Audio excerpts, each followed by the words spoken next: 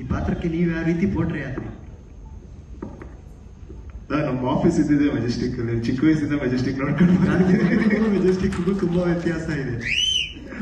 ಗಾಂಧಿನಗರಕ್ಕೂ ಮೆಜೆಸ್ಟಿಕ್ಗೂ ತುಂಬಾ ವ್ಯತ್ಯಾಸ ಇದೆ. ಇಲ್ಲ, ಮೆಜೆಸ್ಟಿಕ್ ಗಾಂಧಿನಗರ ಎಲ್ಲಾನು ಚಿಕ್ಕ ವಯಸ್ಸಿಂದಾನು ನೋಡ್ಕೊಂಡು ಬಂದಿದ್ದೀನಿ. ಏನೇ ಇದ್ರು ನಮ್ಮ ಸಿನಿಮಾ ನೈಟ್ ಶೋಗಳೆಲ್ಲ ಆಗದ್ ಮೆಜೆಸ್ಟಿಕ್ ಅಲ್ಲ. ಸೊ ಅಂದ್ರೆ ಫುಲ್ ಡೀಪ್ ಆಗಿ ನೋಡಿಲ್ಲ, ಬಟ್ ಒಂದ್ ಹಂತದಲ್ಲಿ ನೋಡಿದ್ದೀನಿ. ಬಟ್ ವಿಜಿ ಸರ್ ಜೊತೆ ಇನ್ನೂ ತುಂಬಾ ಚೆನ್ನಾಗಿ ಮೆಜೆಸ್ಟಿಕ್ ನೋಡ್ತೀನಿ.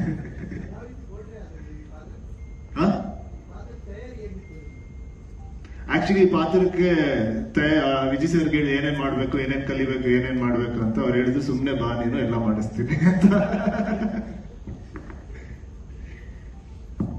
ಮೆಜೆಸ್ಟಿಕ್ ಓಡಾಡಿದ್ದೀವಿ ಸರ್, ಬಟ್ ಈ ಸಿನಿಮಾದಿಂದ ಗಾಟ್ ದಿ ಆಪರ್ಚುನಿಟಿ. ನಮ್ಮಪ್ಪ ಎಲ್ಲೂ ಬಿಟ್ಟಿಲ್ಲ, ಎಲ್ಲಾ ಕಡೆ, ಎಸ್ಪೆಷಲಿ ವಾಟ್ ದೇ ಕಾಲ್, ಹೆಣ್ಮಕ್ಳು ಕೆಲವು ಕಡೆ ಹೋಗೋದಕ್ಕಾಗಲ್ಲ ಮೆಜೆಸ್ಟಿಕ್ ಅಲ್ಲಿ, ಅಂತ ಕಡೆ ಎಲ್ಲ ಶೂಟಿಂಗ್ ಮಾಡ್ಬೇಕಾದ್ರೆ ಕರ್ಕೊಂಡು ಹೋಗಿ ತೋರಿಸಿದ್ದಾರೆ. ನೀನ್ ನೋಡ್ಬೇಕು, ನಿನ್ ಜೀವನಕ್ಕೆ ನೀನ್ ನೋಡ್ಬೇಕು, ನಿನ್ಗೆ ಅರ್ಥ ಆಗುತ್ತೆ ಯಾವ ತರ ಜೀವನ ಇದೆ, ಯಾವ ತರ ಜೀವನಗಳು ಬೇರೆಯವ್ರ ಲೈಫ್ಸ್ ಹೇಗಿದೆ ಅಂತ. ಸೊ ನನ್ biggest take away cinema actually ನಾನು ಮೆಜೆಸ್ಟಿಕ್ ಅಲ್ಲಿ ಯಾವ ತರ ಜಾಗಗಳು ನೋಡಿದ್ದೀನಿ. ಆದ್ರೆ ನಮ್ಮಪ್ಪ ಎಲ್ಲೂ ಬಿಟ್ಟಿಲ್ಲ, ಎಲ್ಲಾ ಕಡೆ ಕರ್ಕೊಂಡು ಹೋಗಿ ತೋರಿಸಿದ್ದಾರೆ, ಬೆಳಿಗ್ಗೆ ಆಗ್ಲಿ ರಾತ್ರಿ ಆಗ್ಲಿ ಥ್ರೂಔಟ್ ದಿ ಡೇ. ಒಂದು ಇನ್ಸಿಡೆಂಟು, ಮೋನಿಶಾನ ಒಂದ್ ಕಡೆ ಬರಕ್ ಹೇಳಿ ಕದ್ದು ಶೂಟ್ ಮಾಡ್ತಾ ಇದೀವಿ. ಹೇಳಮ್ಮದ ಕದ್ದು ಶೂಟ್ ಮಾಡ್ತಾ ಇದೀವಿ. ನಾನು ನಮ್ಮ ವೀರು ಅಸೋಸಿಯೇಟು ಗೊತ್ತಿಲ್ಲದಂಗೆ ನಿಂತಿದೀವಿ. ಮೋನಿಶಾ ಹಿಂಗ್ ನಡ್ಕೊಂಡು ಹಿಂಗ್ ಬಂದ್ಲು, ನೀಟಾಗಿ ಬಂದು ಒಬ್ಬ ಮೋನಿಶನ್ ಕರ್ತ ಏನ್ ನಡೀತಿ ಹೇಳಮ್ಮ. ಆಮೇಲೆ ಅವತ್ ನಾವು ಕ್ಯಾಮ್ರಾ ಹೈಡಿಂಗ್ ಅಲ್ಲಿ ಇತ್ತು, ಶೂಟ್ ಮಾಡ್ತಾ ಇದ್ವಿ. ನನ್ನ ಪಾಡಕ್ ನಾನು ನಡ್ಕೊಂಡ್ ಬರ್ತಾ ಇದ್ದೆ. ಐ ಥಿಂಕ್ ವಿಜುವಲ್ಸ್ ರಿಲೀಸ್ ಮಾಡಿದ್ದೇವೆ ಆಲ್ರೆಡಿ, ಒಂದು ಶಾರ್ಟ್ ಇದೆ ಮೆಜೆಸ್ಟಿಕ್ ಬಸ್ ಸ್ಟಾಪ್ ಅಲ್ಲಿ. ನಾನು ಇಳ್ಕೊಂಡು ಬರ್ತಾ ಇದ್ದೀನಿ, ನನ್ನ ಪಾಡಕ್ ನಾನು ಬರ್ತಾ ಇದ್ದೆ. ಬಟ್ ನಾವೆಲ್ಲರೂ ಕೇಳಿದೀವಿ how dangerous Majestic can get ಅಂತ. ಅವತ್ ನನ್ಗೆ ಎಕ್ಸ್ಪೀರಿಯನ್ಸ್ ಆಯ್ತು. ನಾನು ಏನೂ ಮಾಡಿಲ್ಲ, ನಾನು ನಡ್ಕೊಂಡ್ ಬರ್ತಾ ಇದ್ದೆ. ಯಾರೋ ಒಂದು ಮಿಡಲ್ ಏಜ್ಡ್ ಒಬ್ರು ವ್ಯಕ್ತಿ ಮ್ಯಾನ್ ಬಂದು ಅವ್ರೇನೋ ಹೇಳಿದ್ರು ನನ್ಗೆ ಅದು ಕ್ಲಿಯರ್ ಆಗಿ ಅರ್ಥ ಆಗಿಲ್ಲ. ಅವ್ರ ಭಾಷೆ ಕನ್ನಡನೇ ಇತ್ತು, ಬಟ್ ನನ್ಗೆ ಅರ್ಥ ಆಗಿಲ್ಲ. ಬಟ್ ಅವ್ರ ಇಂಟೆನ್ಷನ್ ಏನು ಅಂತ ಇಟ್ ವಾಸ್ ವೆರಿ ಕ್ಲಿಯರ್. ಒಂದು ಒಬ್ಳೆ ಹೋಗ್ತಾರ ಹುಡುಗಿನ ಅಪ್ರೋಚ್ ಮಾಡಿ ಬೇರೆ ರೀತಿಯಲ್ಲಿ ಅವ್ರು ಮಾತಾಡಿದ್ರು.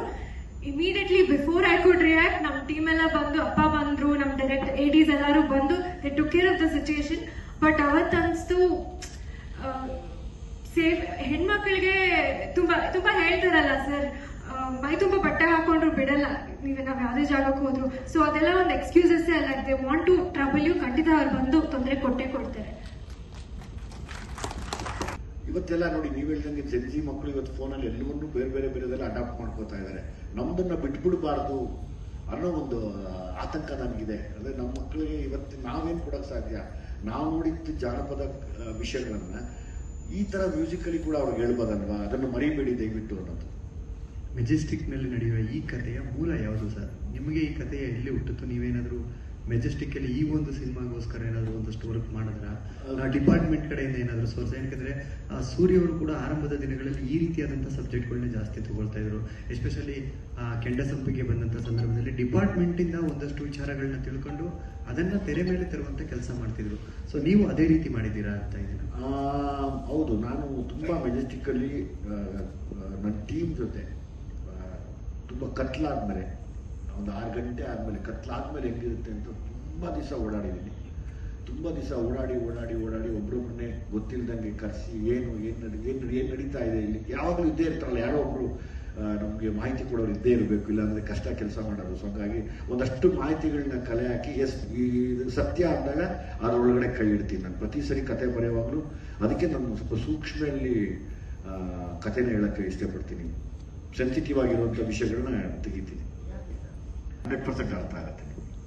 ಮೋನಿಶಾ ವಿನಯ್ ಇಬ್ರು ಐ ಥಿಂಕ್ ಚಿಕ್ಕ ವಯಸ್ಸಿಂದಾನು ಬೆಟ್ಟಕ್ಕೆ ಹೋಗ್ತಾ ಇದ್ವಿ. ಚಿಕ್ಕ ವಯಸ್ಸಿಂದ ಅಂದ್ರೆ ಮಗುವಿಂದಾನೇ ಹೋಗ್ತಾ ಇದ್ದೇನೆ. ನಮ್ಮ ತಾಯಿ ತುಂಬಾ ಹೋಗ್ತಾರೆ. ಸೊ ಅಲ್ಲೇ ಹೋಗಿ ಶೂಟಿಂಗ್ ಮಾಡೋದು ಇನ್ನೂ ಒಂಥರ ಖುಷಿಯಾದ ಒಂದು ವಿಚಾರ. ಅದು ನಾವು ಶೂಟಿಂಗ್ ಮಾಡೋ ಟೈಮಲ್ಲಿ ಶಿವರಾತ್ರಿ ಇತ್ತು. ಶಿವರಾತ್ರಿ ಹಿಂದಿನ ದಿನ ಹೋಗಿ ನೀವು ಏನೇನ್ ವಿಜುವಲ್ಸ್ ನೋಡಿದ್ವಿ ಅದನ್ನ ತೆಗ್ದಿದ್ದು. ಸೊ ಅಲ್ಲಿ ಶೂಟ್ ಮಾಡೋಕೆ ಒಂಥರ ಅದೊಂಥರ ಪುಣ್ಯ ಅಂತ ಅನ್ಸುತ್ತೆ. ವಿಜಯ್ ಸರ್, ಕೆಂಡದ